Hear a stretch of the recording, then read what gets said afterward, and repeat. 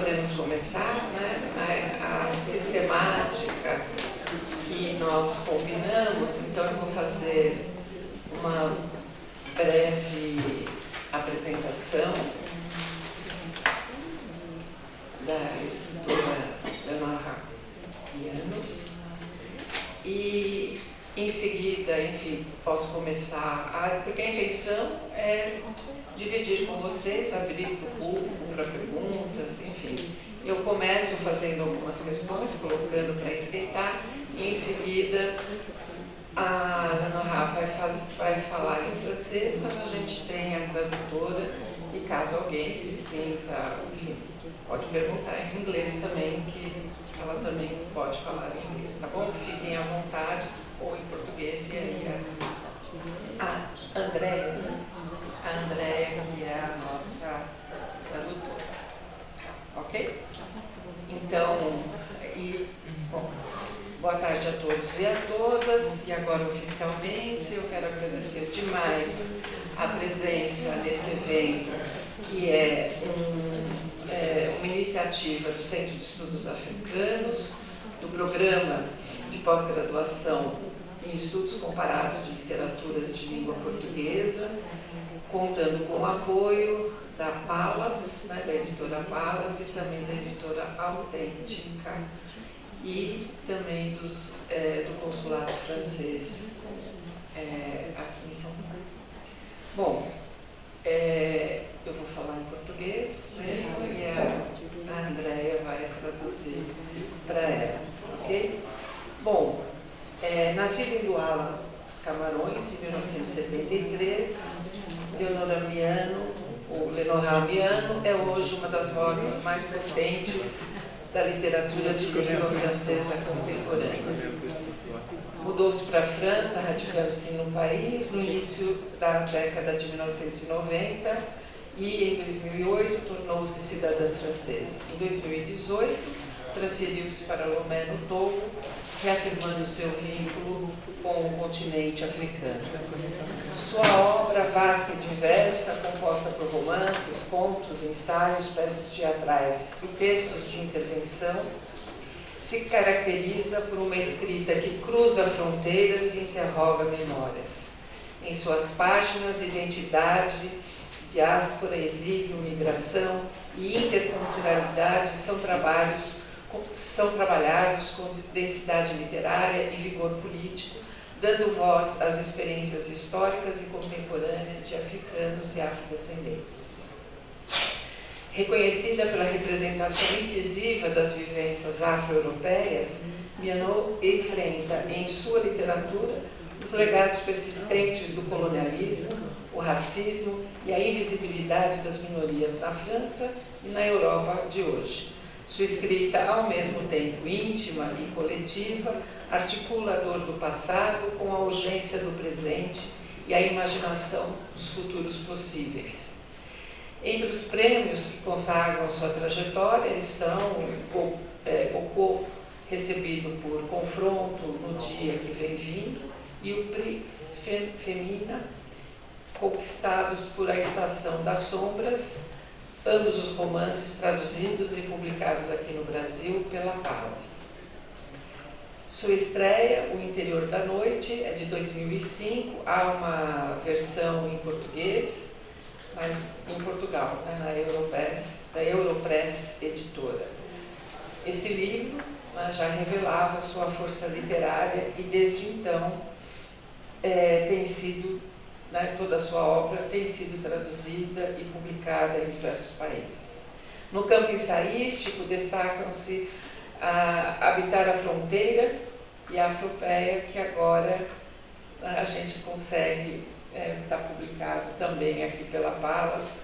Nesse último, Miano elabora o conceito de Afropeia, entendida como espaço utópico e político no qual descendentes de africanos na Europa reinventam as categorias de identidade e pertencimento, recusando os limites impostos pelo olhar colonial. Essa reflexão dialoga com questões da memória, do testemunho e projeto de futuro, propondo novas formas de convivência no mundo pós-ocidental e pós-racial. Além de escritora, é também intelectual pública engajada, participa ativamente de debates culturais e políticos na Europa, na África e também aqui nas Américas. Em 2010, fundou a ONG Mahagone, voltada à promoção de artes e culturas africanas.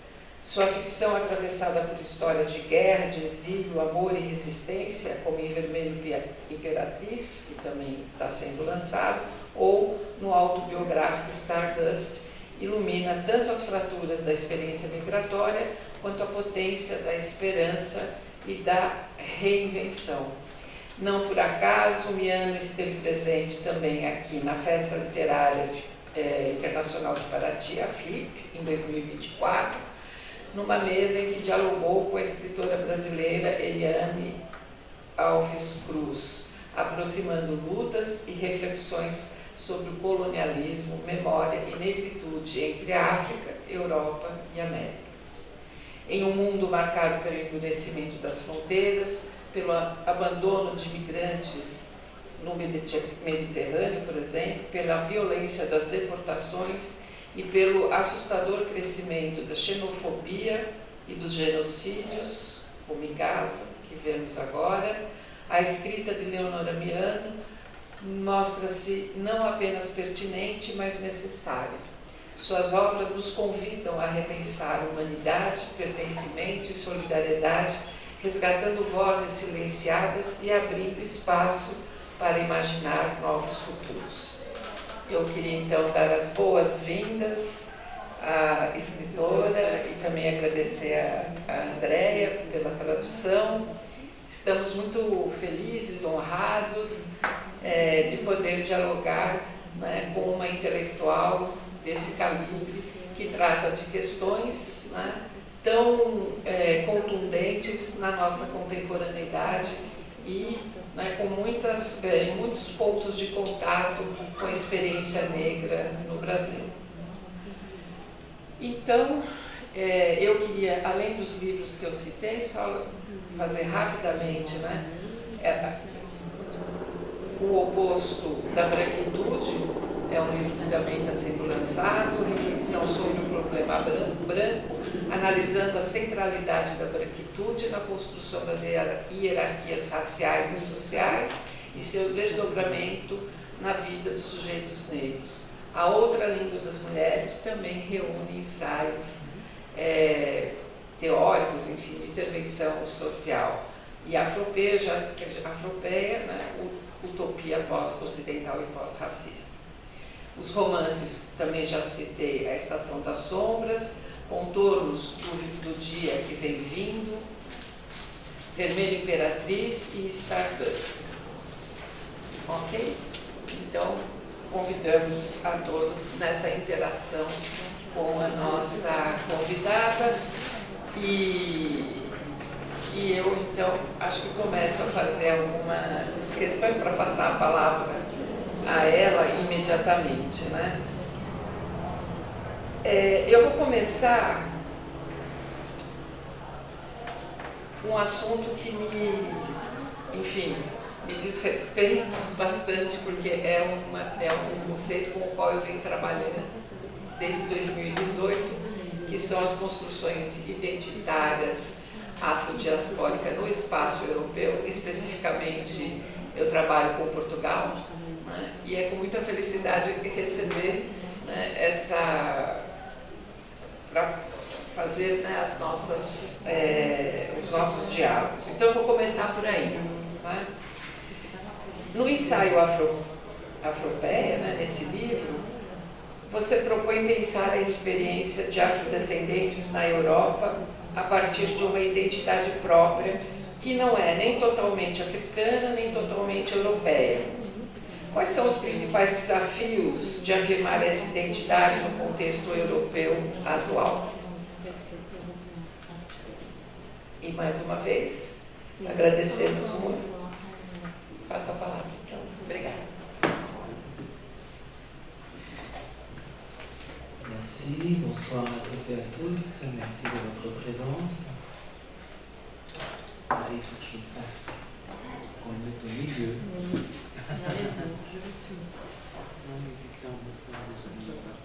Então, primeiramente, boa noite e muito obrigada pela presença de vocês. Et merci également de votre invitation.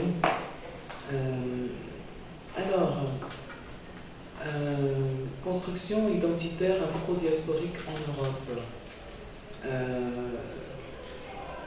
Ce que j'appelle, moi, Afropéa. Et les raisons pour lesquelles je pense nécessaire de distinguer cette identité des autres catégories afrodescendantes. Si j'ai bien compris la question. Si je pense qu'il faut distinguer en gros barbarisme l'afropéanité des autres catégories afrodescendantes, c'est parce qu'elle est distincte. Et elle est distincte à maints égards. Je vais citer quelques éléments qui la particularisent.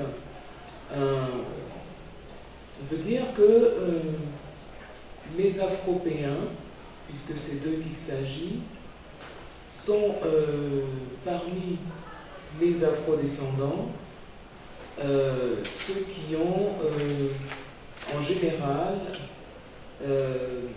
si on prend un pays comme la France, les attaches les plus récentes avec l'Afrique subsaharienne. Ce sont aussi des personnes qui ont, contrairement aux afrodescendants des Amériques, la particularité de vivre, de se construire dans un environnement qui a pu très longtemps se raconter à lui-même et au monde en ne mentionnant pas leur présence, ce qui est impossible dans les Amériques. C'est-à-dire qu'aucun pays des Amériques, enfin, si, il y en a qui trichent, mais la plupart des pays des Amériques qui ont une présence afrodescendante ne pourraient pas raconter leur histoire sans mentionner cette présence. Alors que les pays européens qui bénéficient d'une présence afrodescendante ont pu très longtemps la passer sous silence.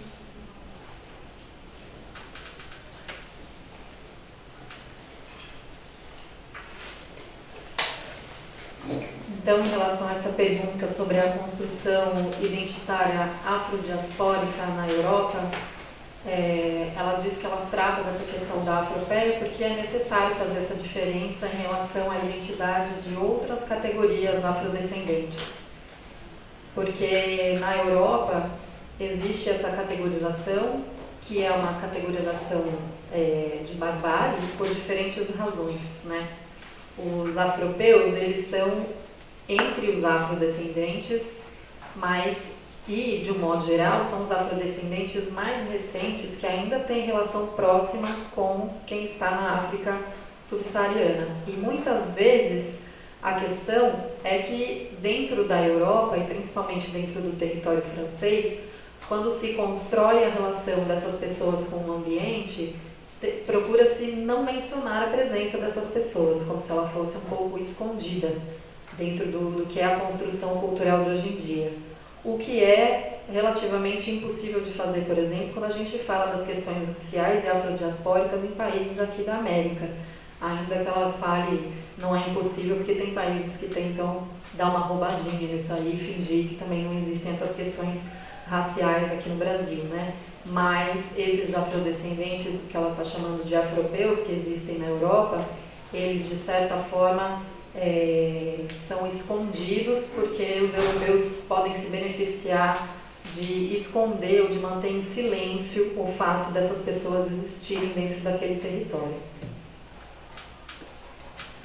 Donc de grands pays comme le Brésil, les États-Unis, la Colombie par exemple, peuvent bien sûr maltraiter leur population afrodescendante, ils peuvent les priver de pouvoir, ils peuvent les évacuer du discours principal, mais on ne peut pas effacer cette présence. Tandis que l'afrodescendance européenne arrive dans un espace qui a des siècles d'histoire, qui sont des siècles d'histoire blanche. Même si on sait aujourd'hui que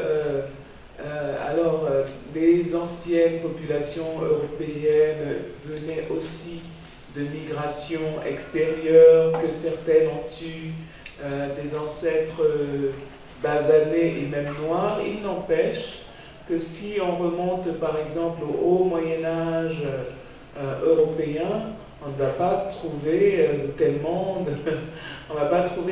de personnes venues d'Afrique. En tout cas, l'Europe est un espace qui peut se raconter sur une période significative de son histoire, qui peut se raconter une histoire blanche.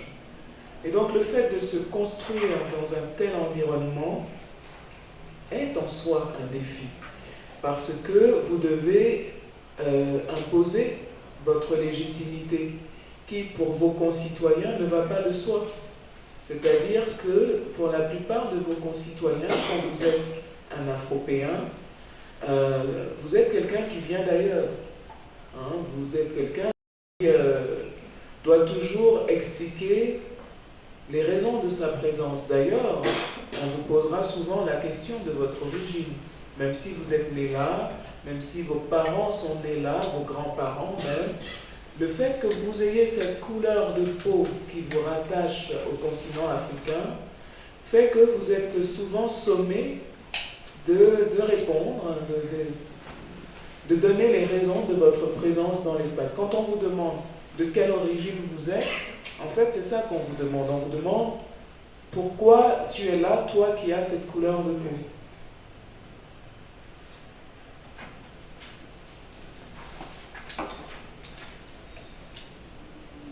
Em países como o Brasil, Estados Unidos, Colômbia e alguns outros, existe até uma forma de maltratar as pessoas afrodescendentes, né? Podemos privá-las do poder, podemos evacuá-las do discurso hegemônico, mas não tem como apagar a presença dessas pessoas. Já os afrodescendentes na Europa, eles passaram por séculos de histórias europeias que foram contadas só pelo ponto de vista da presença de pessoas brancas. Ainda que a gente saiba que existe, obviamente, uma migração negra, né, de outros países e outros continentes que ao longo da história foram compondo aquelas sociedades. Mas, por exemplo, a gente pode passar por períodos da história como a Idade Média fingindo que não houve a presença de pessoas negras ali naquela região. Então dá para tentar contar a história sempre mostrando a figura branca e nunca mencionando uma figura africana ou afrodescendente. Então, contar a história da Europa, considerando essas pessoas, é um desafio, né? Quando a gente pensa nos co-cidadãos que são afropeus, a gente está o tempo inteiro olhando para aquela pessoa como se ela viesse de fora e como se ela precisasse o tempo todo explicar a sua origem. Quando a gente olha para alguém de pele negra, isso já determina saber qual é a origem dessa pessoa. Então a gente pergunta quem são os seus pais, de onde eles vieram, os seus avós. E essa pessoa tem que o tempo inteiro explicar ou justificar a presença dela naquele território. Et donc ça c'est un premier défi. Un autre que je vois, c'est la grande particularité qu'ont souvent les Afropéens d'avoir une sorte de conflit d'allégeance, d'être confronté à une sorte de conflit d'allégeance. C'est-à-dire que nous avons affaire ici à une personnalité, la personnalité afropéenne, qui est constituée d'un vécu européen important, parce que ces personnes, en général, sont nées, ont grandi, ont donc été formées par l'Europe, sont des personnes de culture européenne, mais qui ont une ascendance africaine subsaharienne et des attaches fortes avec non seulement le vécu de leurs parents, de leurs ascendants immédiats, mais avec le continent africain en tant qu'espace politique. C'est-à-dire qu'on va avoir affaire à des personnes qui doivent réconcilier en elles le fait d'appartenir à la société du colonisateur et à la famille du colonisé. Alors ça peut être un conflit fécond, hein, c'est-à-dire un conflit qui permet de créer, des formes, dans tous les domaines d'ailleurs, des formes émancipatrices. Mais il faut identifier ce conflit et il faut être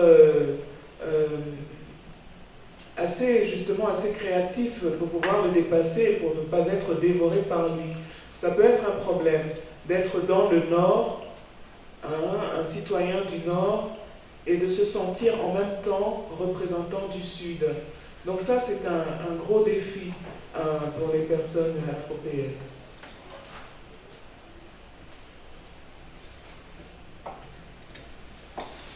Então, o primeiro desafio foi esse mencionado a respeito do apagamento da identidade dentro do território europeu. Um outro desafio é a questão de haver uma espécie de conflito para essa figura do afro-europeu em relação à personalidade que ele vai construir. Porque, por exemplo, ele tem uma vivência europeia muito importante, ele está inserido na cultura da Europa, mas ele tem uma ascendência subsaariana. Então, por exemplo, os parentes próximos têm uma cultura subsaariana e ele, ao mesmo tempo, está imerso dentro da cultura europeia. Então, ele está o tempo inteiro dentro dessa questão que é um espaço de conflito, porque também tem o fato de que eles olham para o continente africano como uma referência dos parentes próximos e também como uma referência de um espaço político. Então, tem essa questão de pertencer à sociedade do colonizador, mas à família do colonizado. Então, o conflito ele é permanente. E aí, a necessidade vem de criar formas emancipatórias dentro disso. Então, a pessoa precisa ser criativa para sair desse conflito e não se sentir uma prisioneira dentro dessa relação. Espaço e cultura do colonizador, família e também, de um certo modo, cultura do colonizado. Et ça semble une question indépassable, ce conflit-là, mais je ne le crois pas. Je pense qu'on peut le déplacer et que finalement, si on y réfléchit bien, d'autres personnes peuvent l'éprouver. Par exemple, vous pouvez être un citoyen, disons, du Brésil, et qui est en conflit avec la politique que mène son pays, par exemple la politique étrangère du Brésil. Donc, ça ne fait pas de vous quelqu'un qui est moins brésilien. Ça fait de vous quelqu'un qui est brésilien autrement. Et qui peut apporter, imaginons que votre pays est, je ne sais pas, une politique d'extrême droite avec laquelle vous n'êtes pas d'accord, que votre pays fasse la guerre et que vous ne soyez pas d'accord, ça reste quand même votre pays. Et vous luttez à l'intérieur de la société pour permettre à cette nation à laquelle vous appartenez de changer de direction. Vous ne l'abandonnez pas. Vous essayez de faire en sorte que sur le plan éthique, elle épouse une vision qui vous semble à vous plus humaniste, qui vous semble plus émancipatrice. Et donc finalement, ces conflits, on peut tous les avoir à un moment donné. Et il ne faut pas en faire, je crois qu'il ne faut pas faire une montagne du fait d'appartenir à la société du colonisateur et à la famille du colonisé. On peut comment dire, on peut trouver dans cette configuration-là une manière une manière de se dire au monde et une manière de travailler à l'amélioration de sa société. Et d'ailleurs, c'est ce que j'essaie de proposer dans le livre sur l'afropéennité.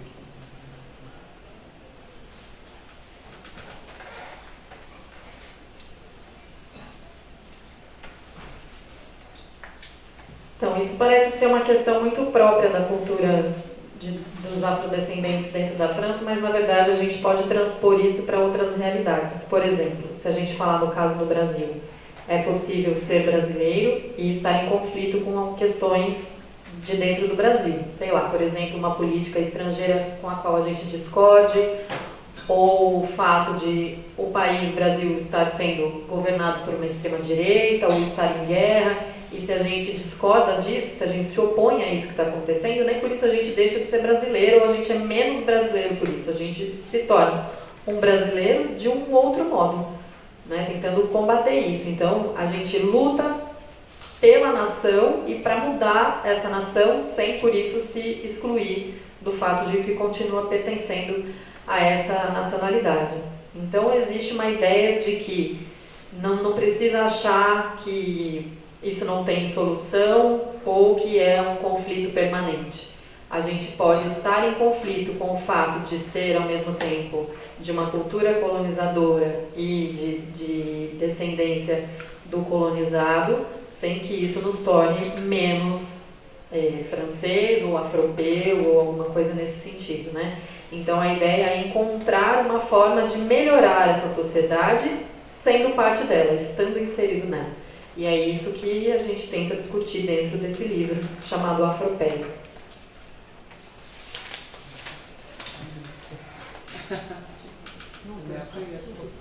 Ah oui, c'est vrai, on peut sortir de là, c'est plus facile. Eu vou fazer mais uma pergunta. Nesse livro, A Outra Língua das Mulheres, você cita a Lélia Gonzalez e a Beatriz Nascimento, né, duas, enfim, pensadoras, né, que de alguma forma refletem sobre a questão racial brasileira. Você poderia comentar como se deu esse contato em suas reflexões e de que maneira elas dialogam com o seu trabalho, né? Está um pouco explicitado.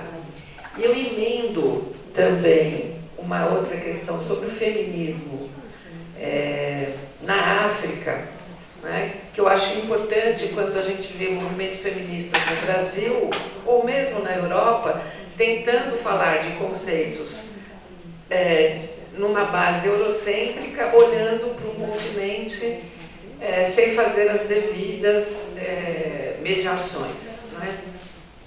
Então eu queria pedir, né, para você falar um pouco sobre o feminismo e numa entrevista eu li que você ainda fala as pessoas, né, é importante a escuta e a humildade. Você usa essas duas expressões, né?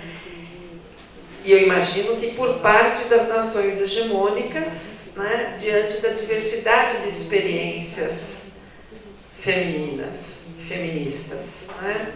Então, como essa postura influencia a sua prática, claro, de pensar, né, essas questões, mas também na prática literária?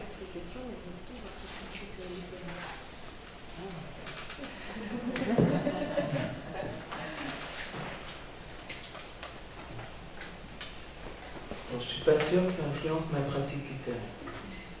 Je ne suis pas sûre.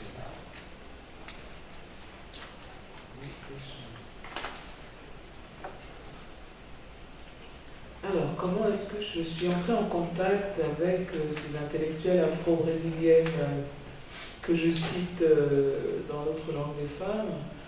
Moi, je suis passionnée par les expériences africaine et afrodescendante. Je fais partie des auteurs africains, des artistes, créateurs africains qui ont besoin de connaître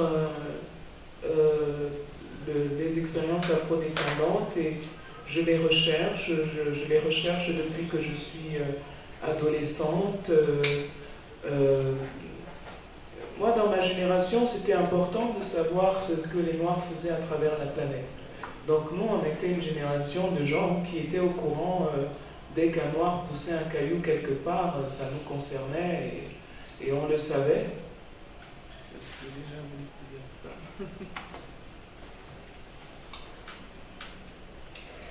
Primeira coisa é que eu não tenho certeza de que isso influencia a minha prática literária.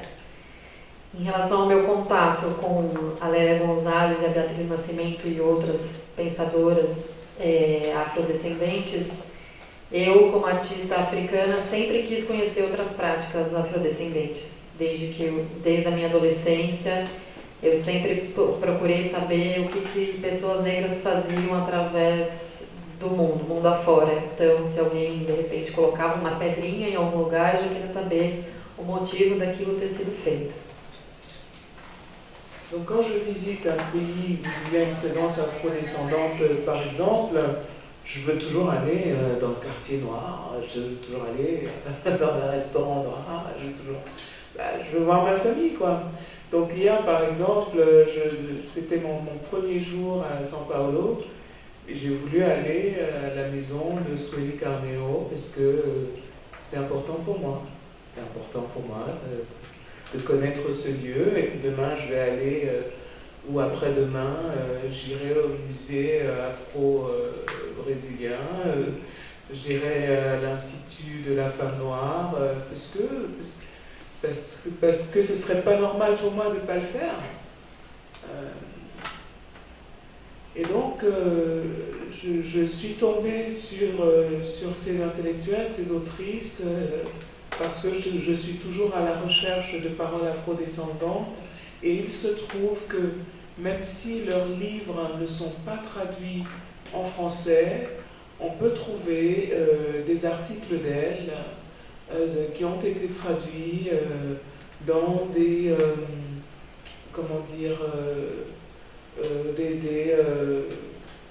des recueils de pensées féministes du Sud. Et c'est en parcourant ces ouvrages-là que je les ai découvertes et que j'ai lu tout ce que je pouvais lire d'elles en français.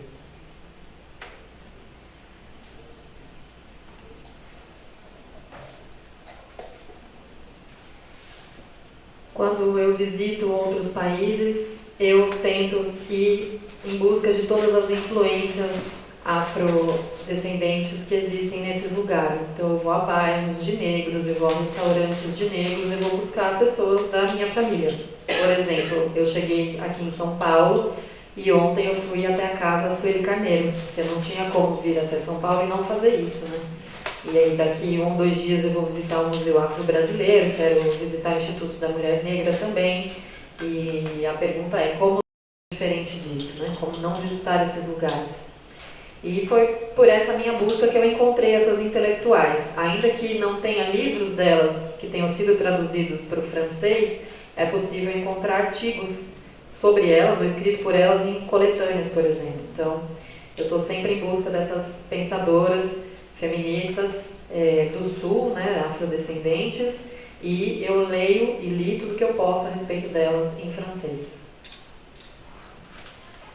Mais je ne les ai pas cités pour faire du name dropping dans mon livre. Je voulais terminer L'autre langue des femmes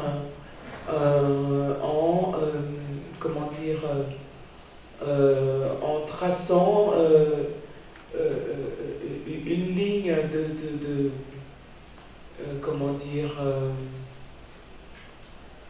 en marquant la filiation qui existe entre africaines précoloniales, puisque le livre travaille beaucoup sur des figures de femmes africaines avant la colonisation, sur des pratiques féminines de l'époque précoloniale, et je voulais montrer comment les Africaines, y compris en sortant de leur continent, en quittant leur continent, ont continué à exprimer certains traits de personnalité qu'elles avaient déjà sur le continent.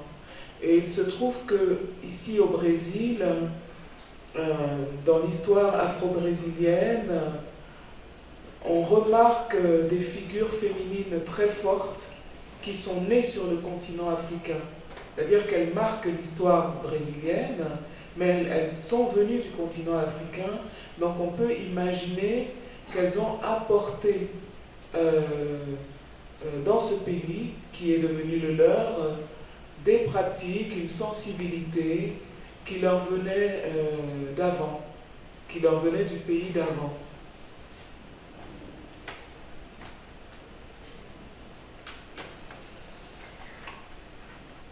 Eu não cito essas intelectuais por acaso. Eu quis terminar o livro A Outra Língua das Mulheres, marcando um pouco a filiação entre essas práticas, essas mulheres africanas pré-coloniais, por exemplo. Então, falando das práticas femininas da época, para mostrar como essas mulheres, essas figuras africanas, saindo do continente delas, continuaram expressando os traços de personalidade que elas já tinham naquele continente. Então, por exemplo, elas vêm para o Brasil, vivem aqui, mas existem marcas fortes do continente africano nelas. Então, significa que elas trouxeram essa sensibilidade do país em que elas estavam antes. Et donc, pour revenir à ces intellectuels, quelqu'un comme Beatriz Nascimento, par exemple, c'est quelqu'un qui travaillait, elle a beaucoup travaillé sur les quilombos, et donc sa parole était utile dans ce contexte pour moi, puisque les femmes afro-brésiliennes que je mentionne dans les livres ont été, pour certaines d'entre elles, des leaders de quilombos. Et quoi de plus légitime donc en évoquant ces figures-là que de citer, c'est important de citer les femmes qui ont travaillé avant nous, que donc de citer une intellectuelle afro-brésilienne qui était spécialiste des quilombos là.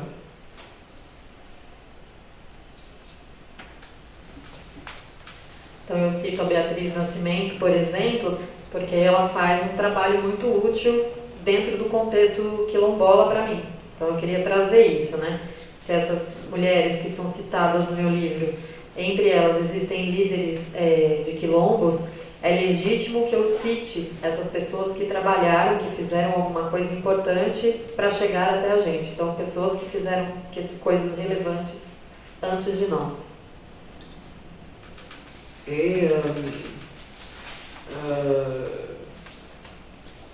enfin, je les ai toujours cités, à mon avis, à propos, pour montrer que ce que je racontais dans ce livre ne venait pas de l'espace et que il y avait des personnes dans les pays concernés qui avaient travaillé de manière sérieuse à ces sujets. La plupart des choses que j'évoque, enfin une grande partie des choses que j'évoque dans ce texte ne sont pas souvent débattues en France. Le livre est d'abord sorti en France. Et donc, quand on amène des questions qui ne sont pas souvent débattues, c'est bien de s'entourer de la pensée, de la parole, même de la présence de personnes qui confirment et qui illustrent ce que vous exposez. Qu'on ne s'imagine pas que ce sont des lubies de votre part. Dans ce livre, je cite d'autres intellectuelles afrodescendantes, des afro-américaines. Enfin, c'est un livre pour donner la parole aussi à celles qui ont écrit avant moi sur ces questions, qui ont réfléchi un peu différemment à comment dire, au vécu féminin. Et je crois que vous aviez une question sur le féminisme, mais je ne suis pas sûre de l'avoir bien notée. Est-ce que vous voulez bien me la répéter? Pois ela falou que ela não entendeu muito bem essa questão sobre o feminismo, se você puder repetir. Mas só para terminar essa parte dessas mulheres citadas, ela diz, eu sempre citei isso para mostrar que o que tem no livro não vem do além, né? São pessoas que, em cada um em seu país, já trabalharam seriamente sobre o assunto, e as coisas que eu evoco, como elas não são muito discutidas, debatidas na França, eu procuro me cercar da fala e até mesmo da presença de pessoas que vão confirmar ou ilustrar isso que eu estou falando. Então eu também cito outras mulheres intelectuais, né, afro-americanas e outras figuras que já tiveram uma fala importante antes da minha, e eu acho importante recuperar isso. Eu acho que de alguma maneira ela tocou no assunto quando falou da Beatriz Nascimento, mas eu só queria pensar, né, juntas essa ideia dos movimentos feministas europeus ou eurocêntricos, para dizer, olham, né, a questão feminista, a questão feminina, quando olham para o continente africano, de uma forma sem fazer as devidas mediações das experiências africanas muito diferenciadas, né, e como ela vê essa questão.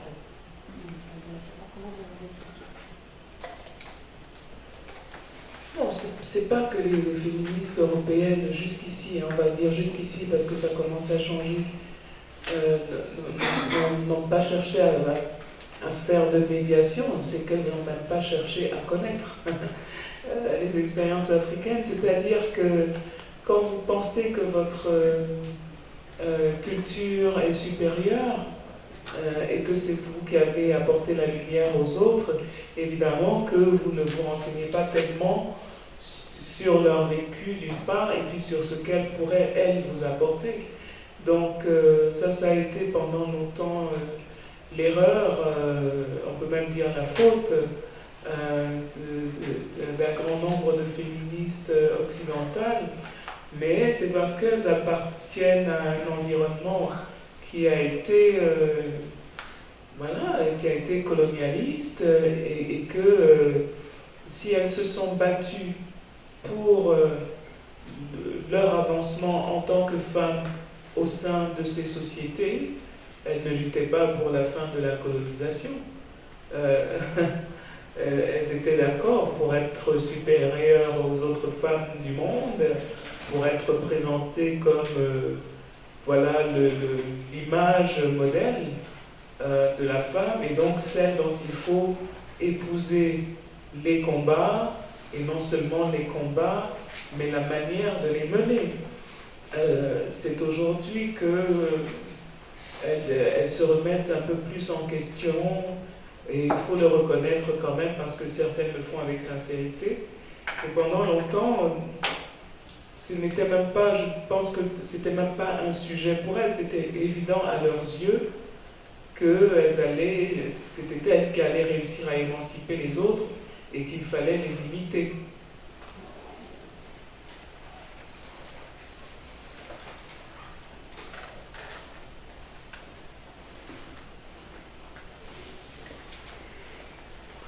A questão é que as feministas da Europa, pelo menos até aqui, que as coisas estão começando a mudar, não é que elas não procuraram fazer essa mediação, né? Elas não procuraram nem mesmo conhecer o que era o feminismo fora da Europa. E quando a gente está nesse lugar de superioridade, que a gente acha que a gente que está iluminando todo o resto do mundo, a gente não tem essa ideia de pensar o que pode ser diferente disso, né? E isso é o erro de muitas feministas ocidentais, o fato delas estarem, por exemplo, num ambiente colonialista. Então, se elas lutaram como mulheres, pelo direito de mulheres, elas estavam olhando para os direitos delas, por exemplo, elas não lutaram pelo fim da colonização. Então, durante muito tempo era isso.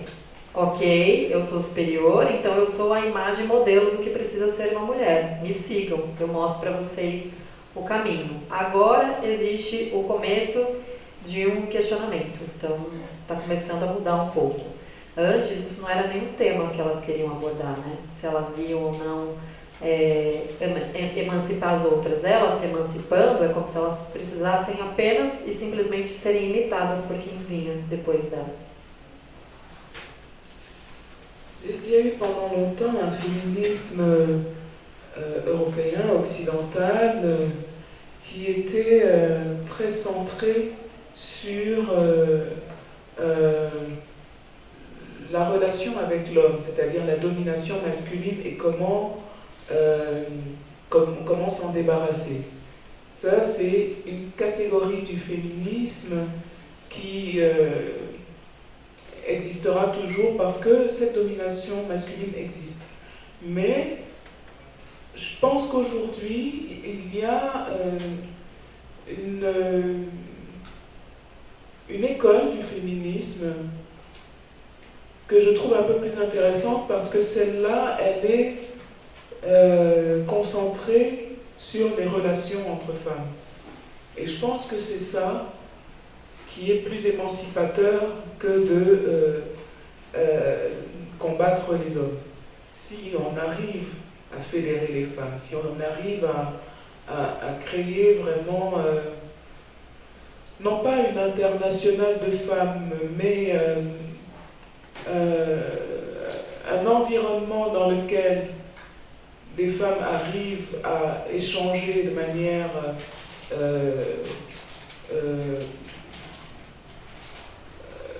de manière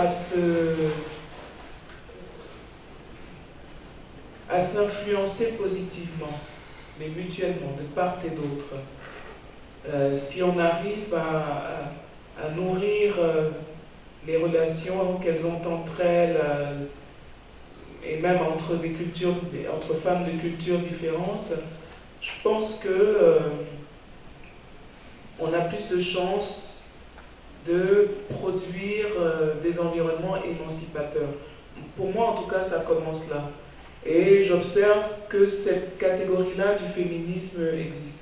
L'autre, celle qui est obsédée par celle qui ne fait que combattre la domination masculine, tout en prenant les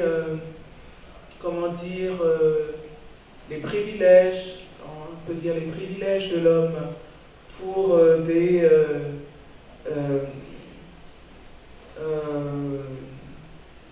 des objets à conquérir, c'est-à-dire des objets à s'attribuer à soi, des choses qu'on veut absolument acquérir en tant que femme, ce sont celles-là qui ont peu de chances de modifier la société, pour moi, et qui donc se sont fourvoyées dans le passé en accompagnant le colonialisme, notamment en terre africaine.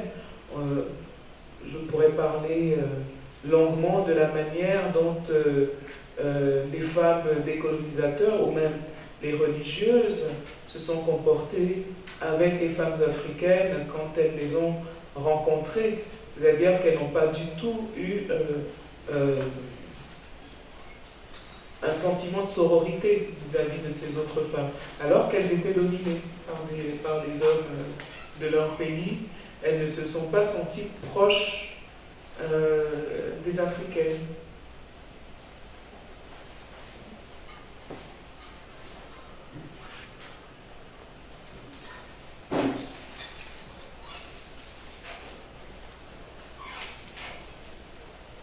Por muito tempo, esse feminismo europeu ele foi centrado na relação de combate à figura... Oi. Vou retomar então. Por muito tempo, esse feminismo europeu ou ocidental ele estava centrado nessa relação com o homem e em como se livrar dessa relação, né? Essa categoria de combate à questão de disputa com os homens, ela vai sempre existir, porque existe uma soberania masculina em muitos aspectos. Mas hoje já existe uma escola do feminismo que é mais interessante porque ela está concentrada na relação entre as mulheres, o que para mim é um feminismo mais emancipatório, que a gente vai criar não uma internacional de mulheres, né, mas um ambiente onde essas mulheres conseguem se influenciar positivamente e mutuamente e pensar, considerar sempre as diferentes culturas. Se a gente tiver essa linha de raciocínio, a gente vai ter mais chance de construir esses ambientes emancipatórios. Claro que vai existir a categoria que está sempre combatendo essa dominação masculina, como eu já falei, né? Mas, ao mesmo tempo, se elas ficam presas nisso, nessa destruição do privilégio masculino, em, de repente, conseguir usar ou trazer para si, né, o uso de objetos que antes eram só ferramentas masculinas, essa categoria de mulheres, essa categoria de feminismo, ela vai ter poucas chances de mudar a sociedade. E é por isso que essas mulheres acompanharam tudo que aconteceu dentro do colonialismo, por exemplo. Dá para falar de muitas figuras de esposas ou de mulheres religiosas que, quando elas encontraram as colonizadas africanas, elas se comportaram de uma maneira terrível, né? Porque não existiu um sentimento de sororidade. Ainda que elas fossem dominadas pelos homens, elas não olhavam para essas outras mulheres com esse olhar de irmandade, de sororidade mesmo, para mudar um pouco essa relação com a figura masculina.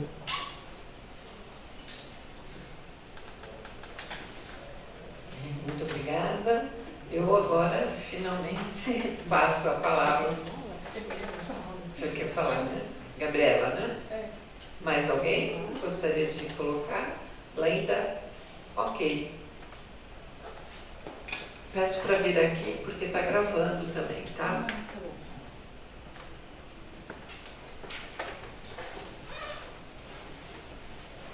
Eleonora, primeiro eu quero pedir desculpas porque eu cheguei tão animada, pedindo fotos, tirando fotos dela.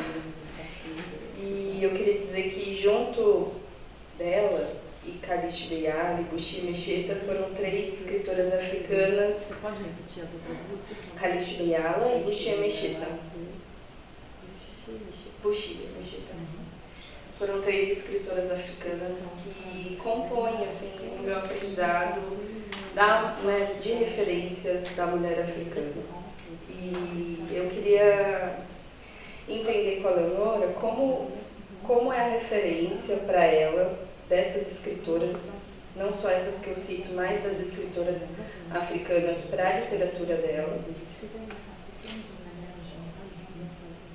E como ela, qual a leitura dela sobre a mulher africana hoje, porque aqui no Brasil a gente tem feito alguns... Tá bom esse ritmo? Eu tô parando. Não precisa parar. Tá. Essa aqui é mais fácil, que você vai falando, eu vou traduzindo. Tá bom. Aqui a gente tem feito alguns movimentos de estudos decoloniais que tentam olhar para a África e a referência da mulher africana em busca desse referencial, eu vou usar ancestral, assim, né? De mundo. O que pode não acontecer com a mulher africana, que talvez dialogue um pouquinho com o que a professora trouxe. Então eu queria entender a compreensão dela sobre a mulher africana e a mulher negra em contextos afrodiaspóricos e quais são as perspectivas de luta frente ao colonialismo.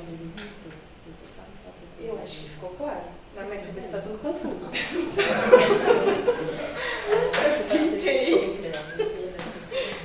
Eu posso ouvir a segunda pergunta e aí ela responde as duas?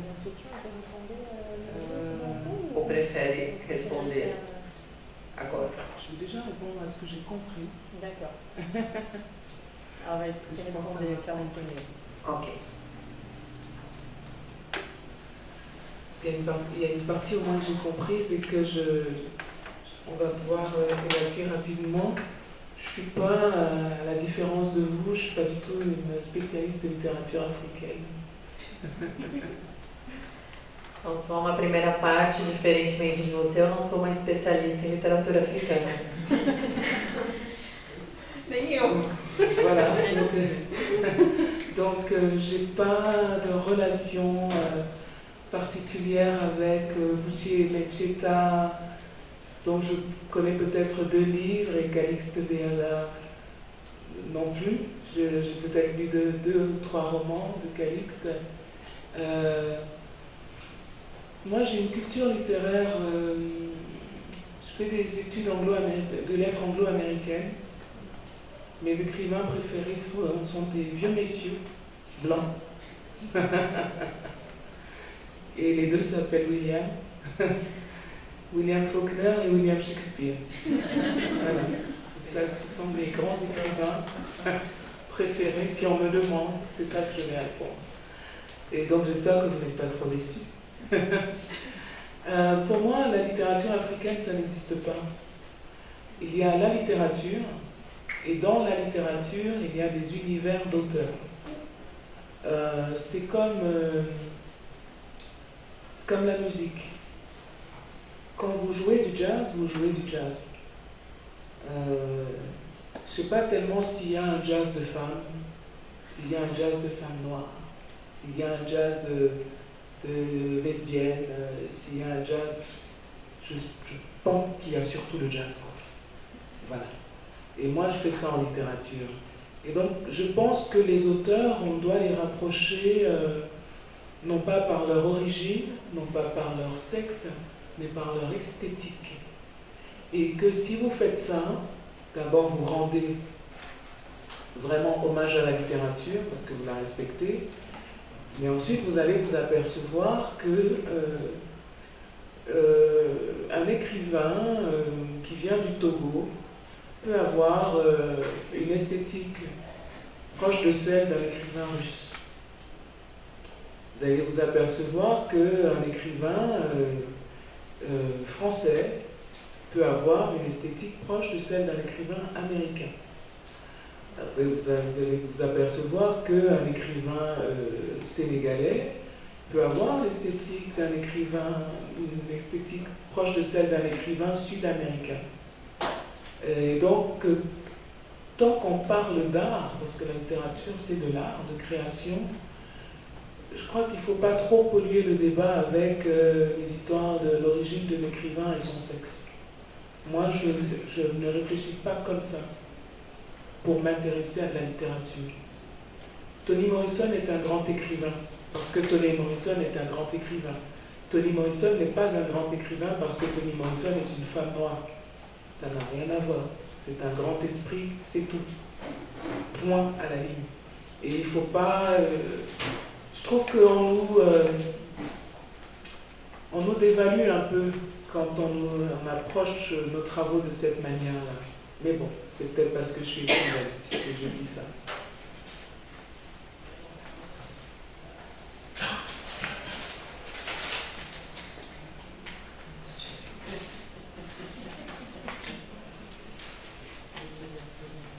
Eu não tenho uma relação muito particular com essas escritoras que você mencionou, e eu também não vou saber mencionar de novo o nome delas. Eu devo ter lido 1 ou 2 livros de cada uma, mas não mais que isso. A minha cultura literária, minha formação é em letras anglo-americanas, então minhas referências são homens velhos e brancos. Por exemplo, os meus escritores preferidos são 2 Williams, o Faulkner e o Shakespeare, e eu espero que vocês não estejam muito decepcionados por isso. Dito isso, para mim, a literatura africana não existe. É um pouco como a música, né? Se você toca jazz, você toca jazz. Eu não sei se existe, por exemplo, jazz de mulher, ou jazz de mulher negra, ou jazz de mulher lésbica. É jazz, e a gente não faz uma diferenciação disso pela origem ou pelo sexo, mas pela estética. E para mim a literatura funciona desse jeito. E para mim, se a gente pensa desse jeito, a gente faz uma homenagem à literatura porque a gente está respeitando o que ela é, né? Então eu posso, por exemplo, ler um escritor do Togo que tem uma estética próxima de um escritor russo, ou um escritor francês com uma estética próxima de um americano, ou um escritor senegalês próximo da estética de um sul-americano, por exemplo. Quando a gente está falando disso dentro da literatura, que é uma arte e, portanto, uma criação, a gente acaba não poluindo muito a teoria com essa categorização um pouco exacerbada, né? Se eu falo de Toni Morrison como uma grande escritora, por exemplo, é porque Toni Morrison é uma grande escritora e não é porque ela é uma mulher ou porque ela é uma mulher negra. É uma escritora muito boa, ponto final. E eu acho que quando a gente tenta fazer todas essas categorizações, a gente está desvalorizando o que pode ser uma boa literatura de fato. Mas talvez eu diga isso por ser uma escritura. Oui, donc il n'empêche que Toni Morrison, pour revenir à elle, c'est l'autrice qui m'a fait revenir à l'université alors que j'avais abandonné mes études depuis une dizaine d'années. Je voulais absolument faire un travail de recherche sur la littérature, sur les romans de Morrison, et je suis retournée à la fac seulement pour faire ça. Donc, on ne peut pas retirer à Toni Morrison le fait qu'elle soit une femme noire, c'est pas ça que je veux dire. Mais je veux dire que c'est pas le fait qu'elle soit une femme noire qui produit de la bonne littérature chez elle. Maintenant, vous m'interrogez sur les combats qu'il y a à mener pour les femmes noires. Alors, pour les femmes noires, où? Est-ce que vous voulez préciser cette partie de votre question? Est-ce que c'est pour les femmes noires en général ou bien ce serait pour les femmes noires au Brésil? Général. En général? Ben, écoutez, moi j'ai une conscience de moi-même très très achevée. Je me pense vraiment comme une personne. Je ne me lève pas le matin en me disant Léonora, tu es une femme noire et qu'est-ce que tu as à faire aujourd'hui en tant que femme noire? Quand je me lève le matin, je suis Léonora, qui a des trucs à faire dans la journée. Il se trouve qu'il y a des gens qui pensent qu'elle est noire.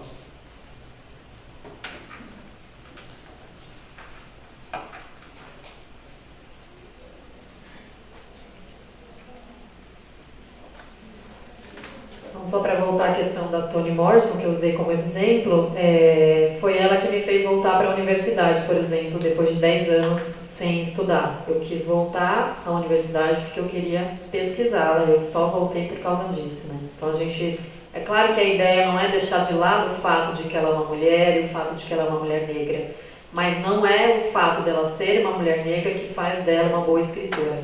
É essa relação. Em relação a essa sua pergunta, né, sobre as mulheres negras de um modo geral, eu diria que eu tenho uma autoconsciência a respeito de quem eu sou, mas não o fato de eu ser negra, né? Então eu não acordo de manhã e penso, ó, Leonora, o que você vai fazer como mulher negra? Não, eu acordo e penso, ó, Leonora, o que você vai fazer? Talvez outras pessoas pensem no fato de eu fazer alguma coisa sendo uma mulher negra, mas não eu. Et pourquoi est-ce que je réfléchis comme ça? C'est parce qu'à la différence de vous, j'ai grandi en Afrique subsaharienne. C'est-à-dire que moi j'ai grandi dans un environnement où tout le monde est noir. Donc ça ne veut rien dire être noir. Ça n'a aucune signification. Alors que vous, ici au Brésil, bien sûr que ça a une signification, puisque tout le monde n'est pas noir. Et que, en fonction de la couleur de votre peau, vous pouvez vous voir assigner une place dans la société. Mais moi, je viens d'un monde où la majorité est noire. Donc, si la majorité est noire, ça veut dire que ceux qui sont riches sont noirs, les pauvres aussi, mais ceux qui sont riches aussi. Tu vois le reflet de toi-même dans toutes les strates de la société. Le président de la République est noir, c'est un voleur, mais c'est le président de la République et il est noir. Ses ministres sont noirs. Quand tu vas à l'école, tes instituteurs, tes professeurs sont noirs. Tu vas à l'hôpital, le médecin est noir. Tu vas à la pharmacie, le pharmacien est noir. Donc, tu grandis dans un monde où tu sais déjà que tu peux être tout ça. Tu ne te poses même pas la question. Tu sais qu'en étant noir, tu peux être ministre. Tu sais qu'en étant noir, tu peux être président de la République. Tu peux être médecin. Tu peux être professeur. Tu peux être tout ce qu'un être humain peut être. Et donc ça, c'est la grande différence. Ça, c'est ce que l'Afrique apporte quand même à ses enfants. On dit toujours c'est le continent pauvre, tout ça. Mais c'est un continent qui te permet, quand tu es noir, de te construire avant tout comme une personne. Et quand je suis arrivée en France, à l'âge de 18 ans, après le bac, ayant grandi au Cameroun, je ne me pensais pas du tout noire. Je ne remarquais même pas, je n'y pensais tellement pas que je ne remarquais pas les actes racistes qu'on avait envers moi. Tellement c'était hors de ma pensée. J'étais dans un pays où j'étais venue faire des études et je faisais mes études. Ce n'est que bien des années plus tard que je me suis rendu compte que certaines des choses qu'on m'avait faites étaient du racisme. Mais comme je n'y avais pas pensé, elles ne m'ont pas affectée. Je les ai traversées comme ça. Parce que je pensais que j'étais une personne. Voilà. Et que j'avais le droit de tout.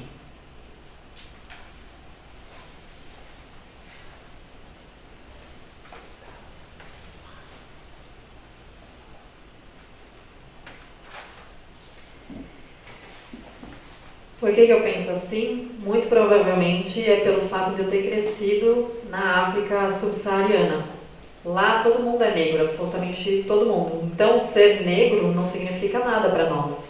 Aqui no Brasil já é diferente, porque nem todo mundo é assim. A gente percebe as diferenças e tem uma questão estrutural em relação a isso, né? Lá não. Não só eu, a maioria das pessoas lá é negra. Então a gente não se pensa como negro e a gente tem referências em absolutamente todas as camadas da sociedade. Então a gente tem negros que são ricos e a gente tem negros que são pobres. A gente se reflete nessas pessoas. A gente tem o nosso presidente é negro, é um ladrão, mas é negro. Temos os ministros que são negros, temos professores que são negros, médicos, farmacêuticos, enfim. A gente não se questiona a respeito da nossa cor, né? Não tem essa parte porque todo mundo é igual, então eu consigo me ver refletida em qualquer uma dessas pessoas. Aqui a gente sabe que é diferente, né? Então tem esse olhar e eu consigo entender que as crianças nos países lá da África subsaariana, principalmente, elas conseguem crescer com uma estima muito positiva porque elas se veem refletidas em todas as figuras da sociedade, elas sabem onde é que elas podem chegar. Quando eu cheguei na França, com 18 anos, né, depois de ter terminado o ensino médio, e vindo do Camarões, eu não sabia que eu era uma pessoa negra. Então, eu também não percebi o racismo logo de cara, né? Eu cheguei para estudar e era isso que eu fazia. Só mais tarde eu fui entender que muitas ações que existiam em relação a mim eram racismo, mas isso também não me afetou. Porque para mim, como eu não era uma mulher negra, eu sempre fui uma pessoa. E sendo essa pessoa, eu podia fazer o que eu quisesse, eu era capaz de tudo. Maintenant, ça ne veut pas dire qu'il n'y a pas de combat à mener. Mais pour moi, ma bataille principale, elle est contre le colonialisme. Je suis une Africaine subsaharienne qui a envie de voir une Afrique souveraine, qui a envie de voir une Afrique puissante, qui a envie de voir une Afrique libre de ses choix. Et pour moi, tout ça, c'est plus important que le fait d'être une femme noire. Je pense que je suis encore dans une bataille qui concerne femmes et hommes noirs, femmes et hommes africains. Et je pense, pour moi, vraiment, que la lutte pour une Afrique souveraine, libre de ses choix, capable de s'imposer dans le monde, capable de protéger les siens aussi, est la plus importante parce que le jour où notre continent atteindra ce statut, y compris les afro-descendants en profiteront. Pourquoi est-ce que dans toutes les sociétés où ils vivent, les afro-descendants sont encore marginalisés, écartés, enfin au bas de l'échelle? C'est parce qu'il n'y a pas derrière eux une puissance. Il n'y a pas derrière eux une force qui fait qu'on s'interdise de les toucher, qu'on s'interdise de les traiter n'importe comment. Ils sont encore associés à une Afrique, bien malgré eux, même quand eux-mêmes ne se revendiquent pas de l'Afrique, ils sont quand même associés à une Afrique qui, aux yeux du monde, représente la déchéance, représente l'impuissance. Il suffit que ça là change, et je vous assure que dès demain on les traite différemment tous.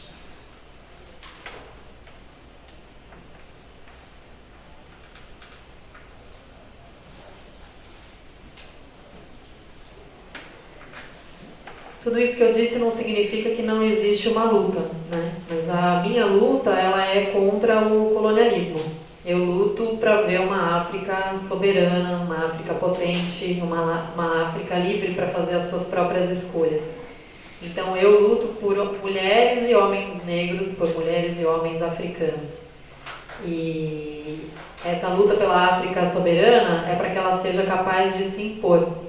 E isso é muito importante, porque quando o nosso continente atingir esse status, os afrodescendentes eles também vão se beneficiar disso, porque eles atualmente eles são reduzidos a essa informação de que são afrodescendentes e eles têm o tempo inteiro essa associação à África, ainda que eles mesmos não reivindiquem isso, que isso está estampado de algum modo, né, na cor da pele, comportamento, etc. Então, enquanto a África não for reconhecida como uma potência, isso não vai deixar de existir. Então, é por isso que eu luto, né? Porque assim, conquistando essa soberania, essa independência, vai mudar a forma também como todas essas pessoas hoje são tratadas e são vistas pelos outros.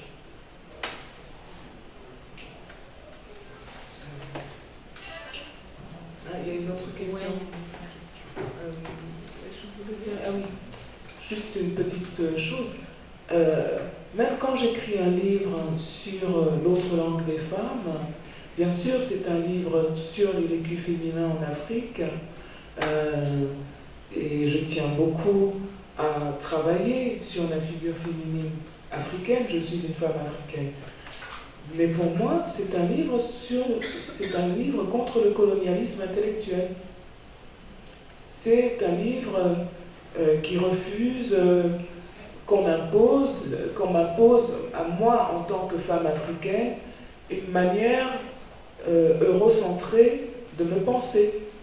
Je refuse qu'on me fournisse des outils que je n'ai pas créés moi-même à partir de mon matrimoine. Et donc ça ressemble à un livre féministe, mais c'est d'abord un livre anticolonialiste.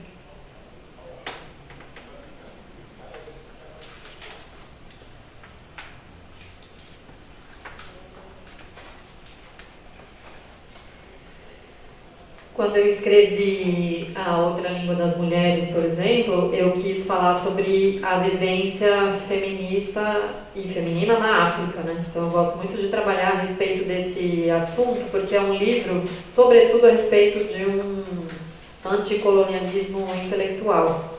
Que eu não quero que me imponham uma forma eurocentrada de olhar para mim mesma ou de pensar sobre mim mesma. E ainda que esse livro pareça ser um livro feminista, ele é, antes de tudo, um livro anticolonial nesse sentido.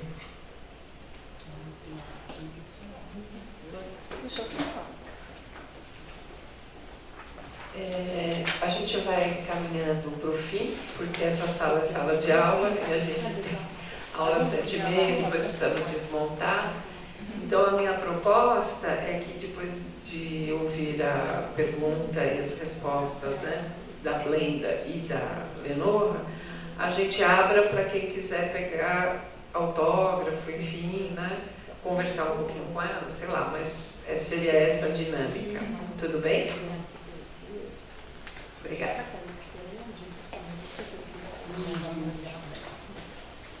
Boa noite.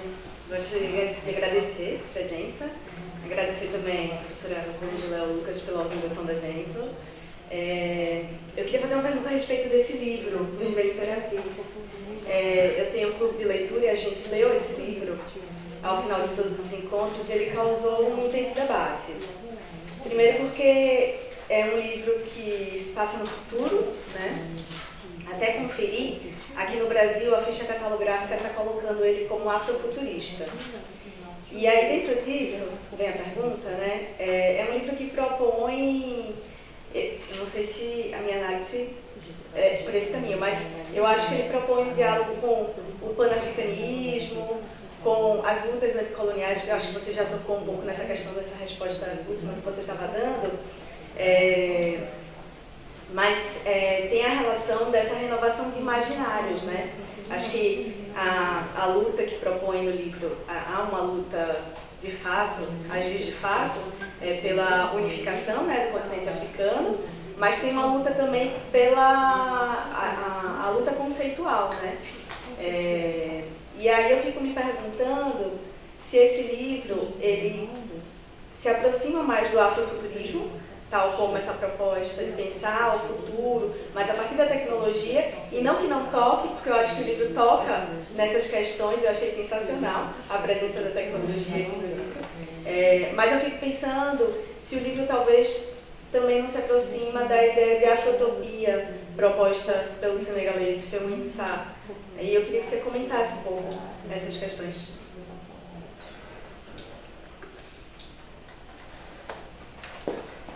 Merci de votre lecture, parce que je pense que vous avez très très bien compris ce roman et que en fait vous n'avez pas de questions, parce que vous avez tout compris. Rouge Impératrice est un roman d'anticipation panafricaniste. Je ne le décris pas comme afrofuturiste parce que l'afrofuturisme, pour schématiser, parce que sinon on peut faire un cours là-dessus, pour schématiser l'afrofuturisme, ce serait un genre proche de la science-fiction, mais qui a ses racines dans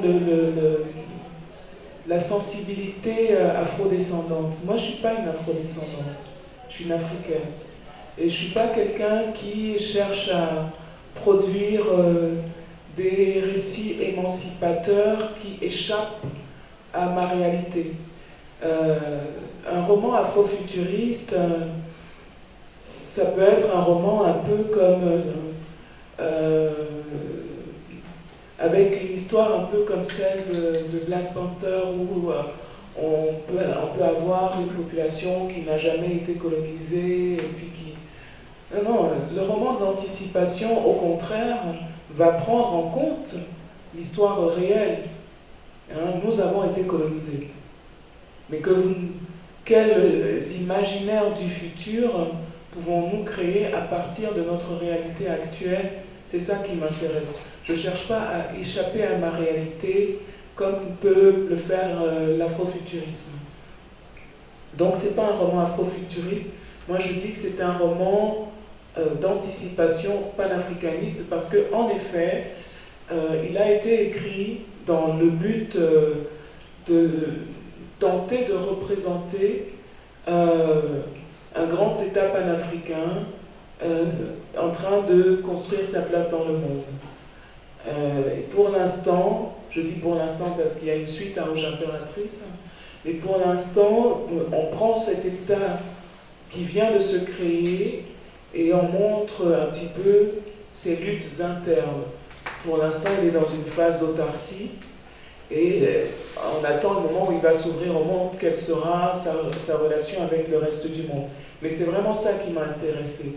La sortie du colonialisme, le fédéralisme africain, donc le panafricanisme, et une proposition d'imaginaire du futur qui nous permettent de voir à quoi l'Afrique pourrait ressembler si, par exemple, les cultures africaines se brassaient entre elles, si les spiritualités d'autrefois étaient, réactivées dans un environnement ultra moderne. Enfin, toutes ces choses qui nous traverse souvent, mais dont nous n'avons pas de représentation. J'ai voulu créer une représentation de tout ça. Vous m'interrogez sur l'afrotopie de Felwine Sarr. Felwine n'écrit pas une utopie. Hein. Ce qu'il appelle afrotopie, c'est plutôt une position, une manière de se tenir dans le monde pour l'Afrique, et qui soit une manière d'être débarrassé de tout complexe, débarrassé de tout sentiment d'être en retard, et justement de prendre l'autorité sur sa destinée et de décider de comment on va justement cheminer vers ce futur. Mais c'est pas du tout une utopie qu'il écrit, et moi non plus. Moi j'écris un plan de bataille.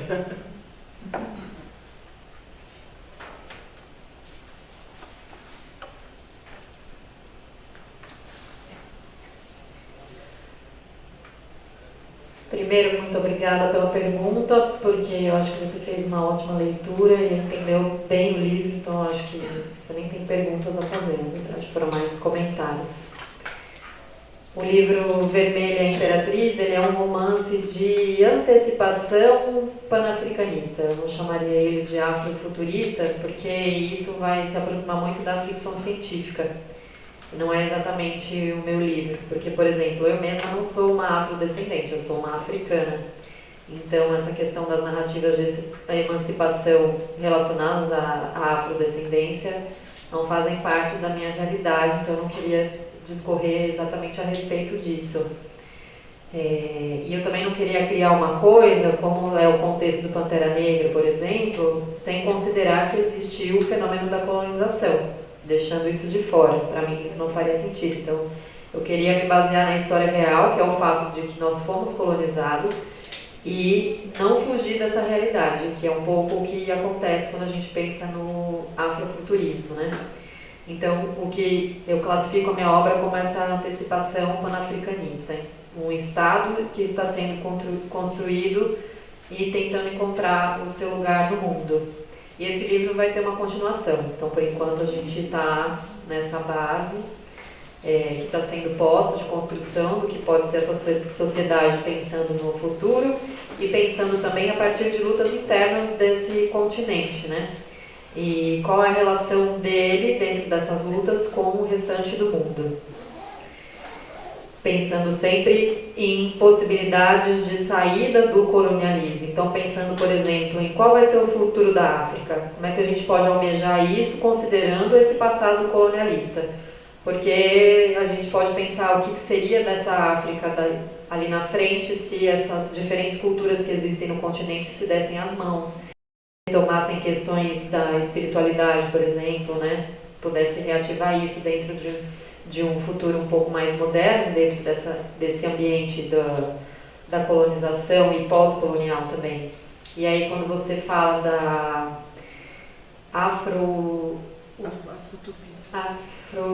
afroutopia em português, certo? Afrotopia. Eu acho que o escritor, não vou conseguir mencionar também corretamente o nome dele, Felwine Sarr, faz, e o que eu faço também é colocar uma posição e falar de uma forma de se comportar no mundo e de estar livre de complexos. Então eu acho que ele também não fala muito de uma utopia, mas de uma ideia que pode ser concretizado de fato ali na frente, né? Então deixar de lado esse sentimento de que de repente esse povo do continente é um povo atrasado e tomar o destino nas mãos e usar isso, na verdade, não como uma construção utópica, mas como um plano de luta daqui para frente.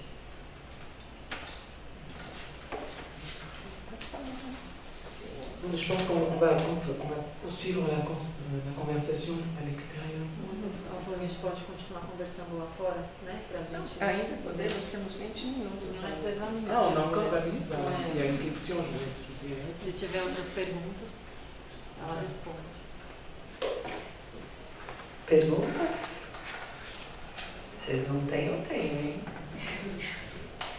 Eu acho que talvez eu tenha um diálogo com o que ela respondeu, se for possível.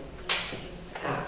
Vou fazer a pergunta Tá. depois, porque eu queria abordar esse romance, A Estação das Sombras, que eu acabei de ler hoje, ele me impactou demais. Eu recomendo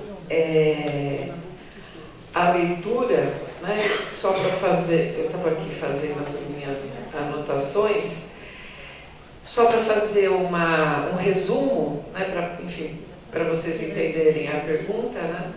Esse romance é uma narrativa histórica que acompanha a tribo, e eu não gosto da palavra tribo, mas é assim, né? Os Mulongos, cuja trajetória é marcada pelo tráfico de escravizados, né? E pela dizimação dos povos da costa africana no século XVI.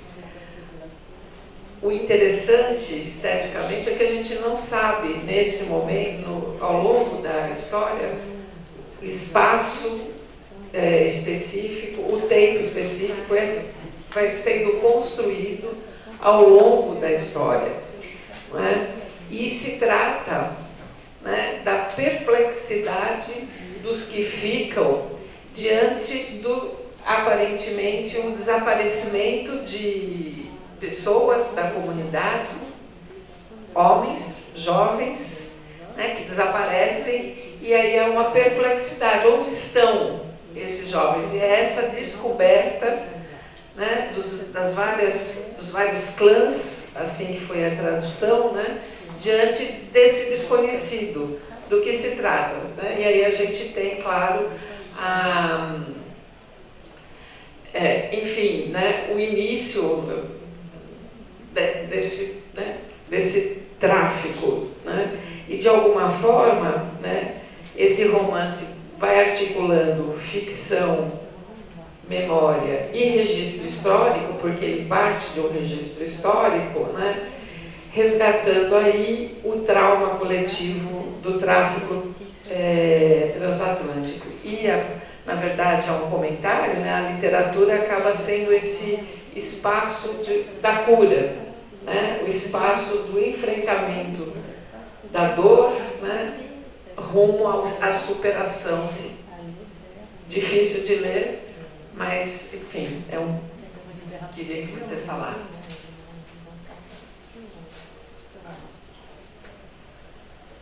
Alors, La Saison de l'ombre est un roman que j'ai écrit comme souvent mes livres, hein, mais plus particulièrement celui-ci, je l'ai vraiment écrit parce qu'il me manquait. J'avais besoin de lire un livre qui me raconte le vécu atlantique de l'Afrique dans ce qu'il a de spécifique.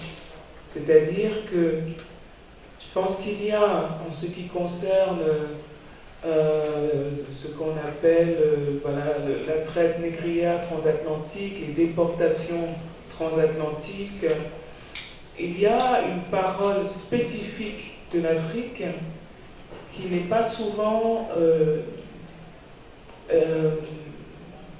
énoncée, qu'il est même, disons la vérité, assez rarement. Et moi, cette parole me manquait.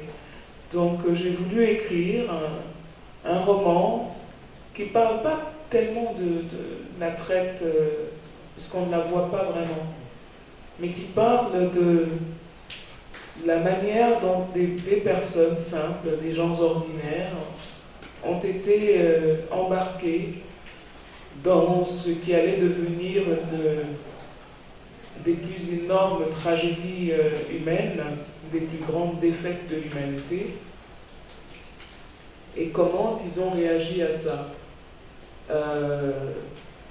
Alors pour eux, l'histoire qui se passe là, ça ne s'appelle pas la traite négrière.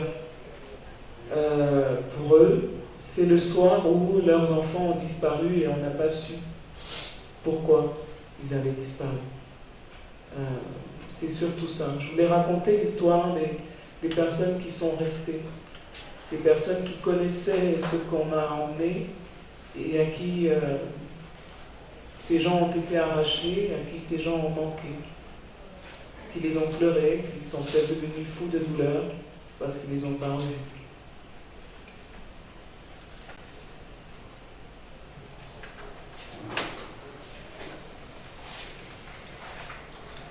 Eu escrevi o Estação das Sombras porque eu sentia falta de ler um livro que me contasse essa experiência atlântica da África, né? Particularmente a relação com esse tráfico ou com essa deportação transatlântica. Por quê? Porque o ponto de vista de quem estava na África é raramente enunciado, raramente se fala disso, né? Então eu quis escrever um romance que não fala exatamente desse tráfico, porque o fato em si não é mencionado na história, né? Mas ele fala das pessoas que embarcaram, e isso foi uma das maiores tragédias que a gente conhece, né? Que foi feita dentro da humanidade, como não só as pessoas que embarcaram viveram isso, mas principalmente e sobretudo aquelas que ficaram. Como é que elas viram o desaparecimento de quem foi levado, as crianças que começaram a sumir, falar da dor, do sofrimento, né, da coisa mais potente e pungente dentro dessa separação, né? Então foi sobre isso que eu quis falar, dessas pessoas ordinárias, da vida cotidiana, o que foi para elas esse fenômeno, esse acontecimento. Quand on parle de cette histoire, on parle des personnes qui ont été déportées, on ne dit jamais que ces gens avaient une famille. On ne dit jamais que, il y avait des gens qui les connaissaient, qui les aimaient, à qui ils ont manqué horriblement. Alors le roman est écrit du point de vue de ces populations subsahariennes précoloniales. Alors je fais très attention aux mots que j'emploie parce que je ne dis pas que ces gens qui sont dans le roman étaient des Africains. Pourquoi je ne dis pas ça? Parce qu'ils ne se définissaient pas comme tels. Je ne dis pas qu'ils étaient noirs parce qu'ils ne se définissaient pas comme tels. Et que si je veux écrire une histoire de leur point de vue, selon leur point de vue, je suis bien obligé d'entrer dans la manière dont ils se percevaient eux-mêmes et dont ils voyaient le monde autour d'eux. C'est pour ça que dans le texte, il n'y a pas de notion de siècle, par exemple, parce que pour eux, la notion de siècle n'existe pas. Il n'y a pas des distances à l'européenne, on ne dit jamais qu'un tel personnage est à 2 mètres, par exemple. Ça n'existe pas. On ne parle pas de minutes, heures, secondes, ça n'existe pas. Donc il a fallu pour écrire ce roman complètement inventer, réinventer l'univers de référence des personnages et inviter le lecteur à y pénétrer, à se soumettre aussi un peu à cet univers pour pouvoir le comprendre, puisque tout se joue là. C'est ce monde qui va basculer dans l'horreur et qui va commencer à être détruit.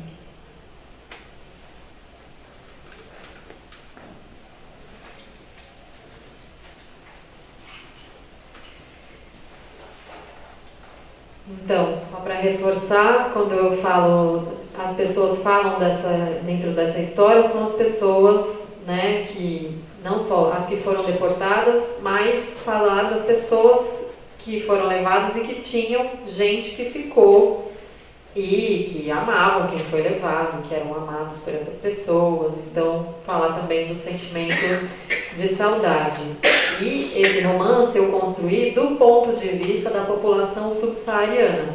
Então vocês podem ver que eu estou falando população subsaariana, eu não estou usando o termo africanos ou o termo negros, por exemplo, porque essas pessoas não se veem dessa forma, elas não se nomeiam como africanas ou como negras. Isso é uma denominação externa que foi trazida para o continente. E se eu quero falar do ponto de vista deles e da forma como eles mesmos se enxergam, eu não posso ter no meu livro, por exemplo, essa noção de século, porque eles não têm essa noção de passagem do tempo da forma como foi colocada depois. Eu também não posso usar uma medida de distância, por exemplo, falar que alguém está a 2 metros de mim, porque essa noção de medida também veio de fora. Eu não posso falar de minutos, horas, segundos, enfim. Então, eu tentei, de uma certa forma, reinventar referências a partir do ponto de vista desses personagens que estão inseridos no continente e também convidar o leitor a se colocar, a adentrar dentro dessa narrativa e se ver dentro desse mundo que está tentando relatar, sobretudo, o horror e a destruição que foi colocada lá dentro a partir da escravização. Você quer fazer rapidinho? Tá bom. Leonora, eu fiquei intrigada quando você fala que, para você, a estética, ela importa para além do fato de ser negra. E aí aquilo ficou girando na minha cabeça e eu pensei, as ramificações, né, de se falar do colonialismo, porque quando a gente pensa em África, o colonialismo chega a partir de um lugar já constituído, né, de uma cultura, de um modo de pensar, de ser. E aqui o colonialismo, a gente se forma no colonialismo. Então, a nossa identidade, e eu falando como mulher negra, a nossa identidade é formada dentro desse sistema colonial e talvez por isso que pensar a partir a literatura da mulher negra africana para a gente seja tão significativo, né? E aí eu só queria situar isso mesmo e te agradecer porque você é fundamental nesse processo da gente ir para esse lugar da África e trazer o que essas mulheres trouxeram para a gente se identificar e se referenciar. Acho que eu só queria fazer essa amarração mesmo porque eu falei, gente, incrível, gente. Obrigada.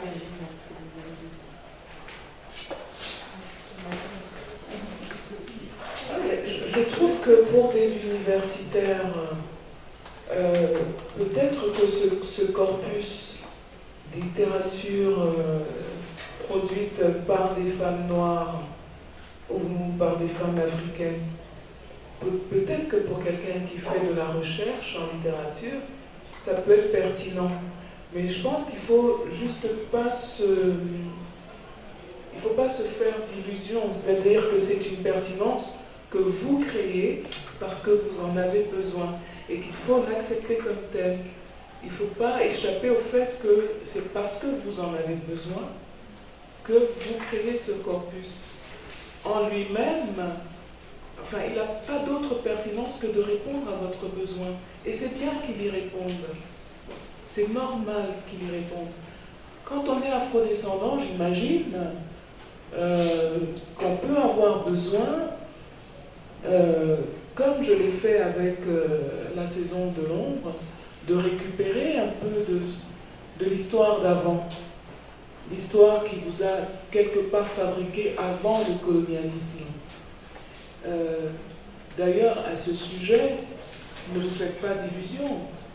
Je suis certes née en Afrique, j'ai certes grandi dans un environnement majoritairement noir, ce qui m'a permis d'échapper au problème de la signification de ma couleur de peau. Mais j'ai grandi dans un environnement puissamment colonisé. Le monde dans lequel j'ai grandi n'a rien à voir avec celui qu'ont connu mes ancêtres, ne serait-ce que mes arrière-grands-parents. J'ai grandi dans un Cameroun où il y avait des voitures, la climatisation, on parlait français, on regardait la télé, on allait à l'école apprendre l'anglais et puis je ne sais plus quoi d'autre encore de très étranger à notre vécu ancestral. Donc moi aussi, j'ai été fabriqué par un univers colonisé.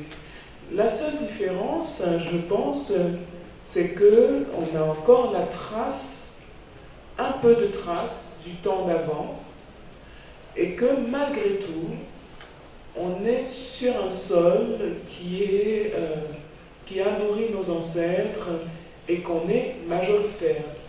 C'est-à-dire qu'il n'est pas arrivé aux Africains subsahariens ce qui est arrivé aux Premières Nations des Amériques, qui ont été souvent éradiquées par le colonialisme.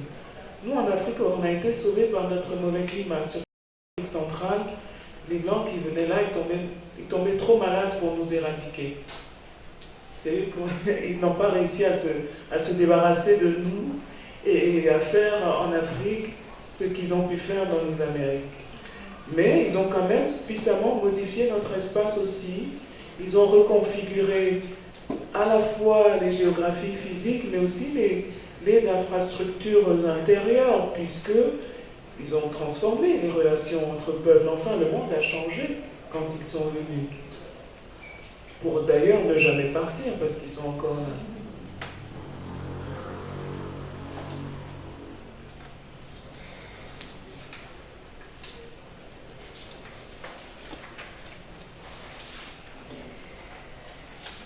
Então, talvez para essa pesquisa universitária e dentro do contexto universitário, esse corpus de literatura produzido, né, por mulheres e por mulheres negras africanas faça sentido, seja pertinente, mas na verdade é porque existe a necessidade da criação desse contexto para poder trabalhar esse corpus, e é bom que exista essa resposta que está sendo buscada, né?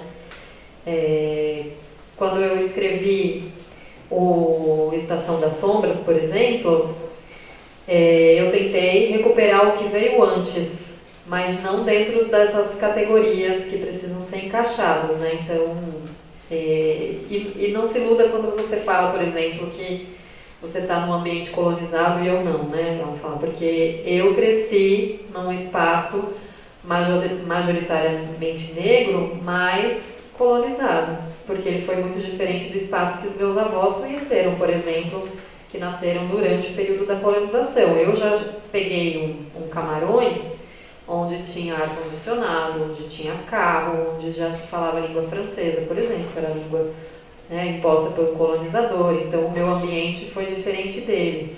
Eu acho que o que a gente pode fazer de diferenciação entre o ambiente da colonização subsaariana em relação aos países que foram colonizados aqui na América é que a gente consegue manter os traços do passado, porque os nossos ancestrais ainda continuam nesse solo, né? Eles não foram dizimados. E isso muito provavelmente graças ao péssimo clima que a gente tem lá, por exemplo. Que os europeus, quando eles chegaram, eles não conseguiram se estabelecer ali e dizimar a gente para ficar. Porque eles ficaram muito doentes, apesar de ainda estarem no território, né? Eles tiveram que estar com, e não eliminando e substituindo. Acho que talvez seja essa a grande diferença. Fazendo essa parte chata, né? Infelizmente, a gente tem que